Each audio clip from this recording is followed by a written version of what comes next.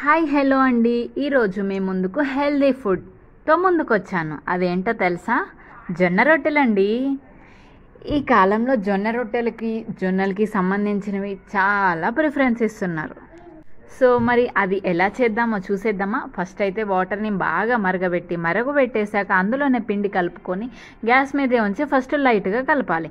తర్వాతకి కింద దించేసి బాగా అంటే జావ లెక్క ఉండకుండా కొంచెం బరకగా ఉండేలా కలుపుకోవాలి. తర్వాత తవ్వ గ్యాస్ మీద పెట్టుకోవాలి.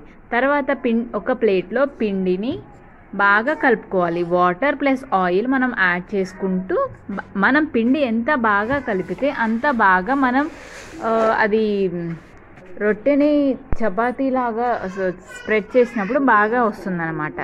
మెయిన్ అయితే ఇది కలపడంలోనే ఉంది. నేను పెళ్ళికి ముందు జస్ట్ రేర్గా తినేదాన్ని, అది కూడా హాఫ్ రొట్టె. కానీ వన్స్ అత్తయ్య చేతి తిన్నాక ఆల్మోస్ట్ 1 అయితే ఖచ్చితంగా తినేస్తా. మేమైతే రోజు తింటూ ఉంటాము. ఇది నాన్ వెజ్కి అయితే చాలా బాగుంటుంది. ఇదైతే రొట్టె చేసే డబ్బా అన్నమాట.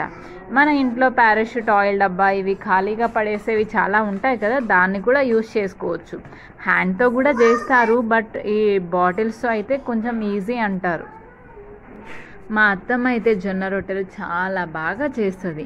తర్వాతకి అది మొత్తం అట్లా చపాతీలాగా పెద్దగా చేసుకొని తర్వాతకి ఒక ఇస్త్రాకు హెల్ప్తో తీసుకొని తవ్వ మీద వేయాలి. తవ్వ కొంచెం హీట్ ఎక్కాలండోయ్.